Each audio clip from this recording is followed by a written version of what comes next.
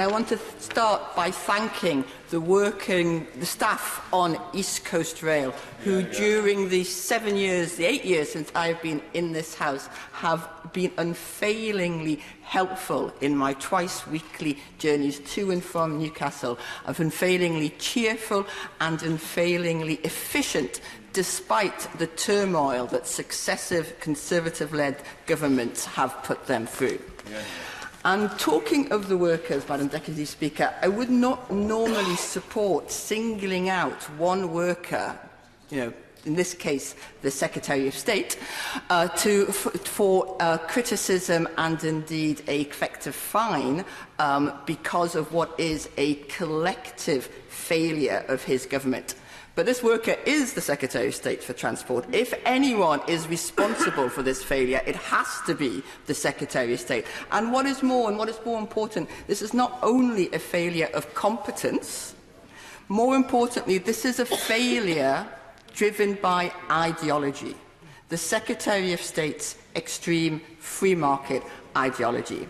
And if he wants to play ideology, at dinner parties across the country, that is his decision. But he is playing with the East Coast Main Line, a critical piece of national railway infrastructure, serving more than 20 million passengers per year, contributing over 300 billion annually to the UK economy, and as independent research shows, investment in it could generate over 5 billion in additional GDP for our country and our region. So his ideology is destroying jobs in my constituency, and for that he must be held accountable. Now, some of you may have heard me mention, before entering Parliament, I spent 23 years as an engineer. And my last job was for Ofcom, the regulator for communications, which, as part of that, I spent a lot of time looking at the economics of networks and the benefit of competition. And that is where I'd like to focus my remarks. Now, free markets require competition. Without competition, markets become monopolies. Private sector monopolies are bad. I hope you can all agree on that. I await any intervention. No. Okay, so we agree on that. Public sector monopolies, on the other hand, can be run in the interests of the many, not the few. Now, many would think that rail is a natural monopoly. And I would agree. Railways were born in my region. The first commercial locomotive was built in Newcastle by the Stephensons, and will return to Newcastle for the Great Exhibition of the North this summer. But I think we can see that from the very start it has been impossible to run railways in the private sector competitively.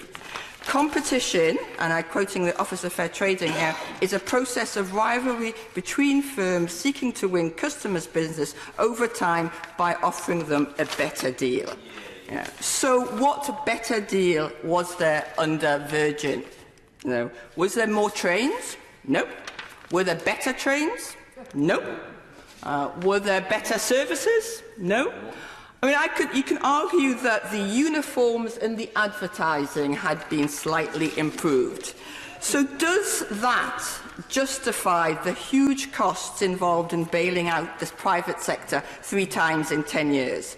Does that justify the huge cost involved in regulating private sector companies to stop them exploiting their monopoly position?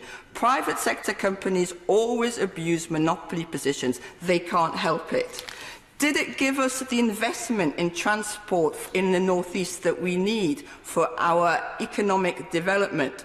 Transport for the North estimate that we need £27 billion investment in our transport infrastructure. Did it justify the huge costs involved in designing all these multiple tenders and the exposure to legal challenges? Did it justify the uncertainty which has been so bad for staff and for passengers? Absolutely not. Madam Deputy Speaker, the Conservatives are ideologically constipated on free markets to the extent that they cannot see the reality of our rail network and what it needs. So, I'm very grateful to my honourable friend and neighbour for giving way. I'm wondering also, though, while the government are ideologically wedded to the privatisation model, they must also accept that once the government subsidy, which is put into the railways on a regular basis, is netted off, the actual amount of private sector investment in the railway is really rather small once the public subsidy is netted off.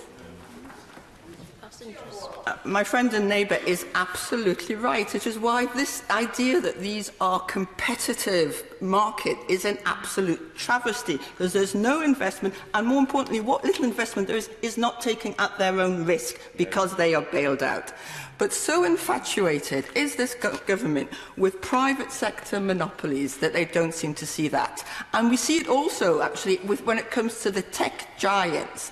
This government is happy for private sector monopolies to walk all over UK citizens and yet continues to stuff their mouths with gold.